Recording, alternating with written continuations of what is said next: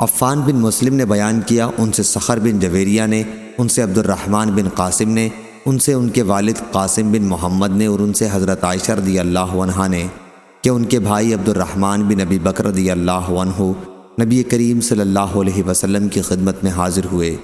حضور اکرم صلی اللہ علیہ وسلم میرے سینے سے ٹیک لگائے ہوئے تھے۔ عبد الرحمن رضی اللہ عنہ کے ہاتھ میں ایک تازہ مسواک استعمال کے لیے تھی۔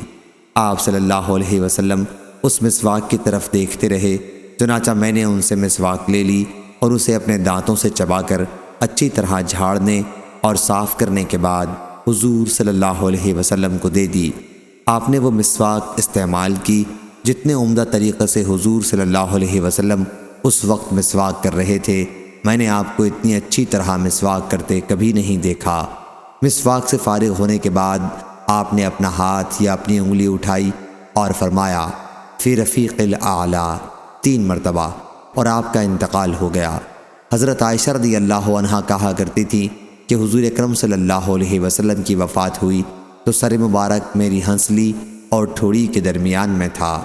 صحیح بخاری حدیث نمبر 4438۔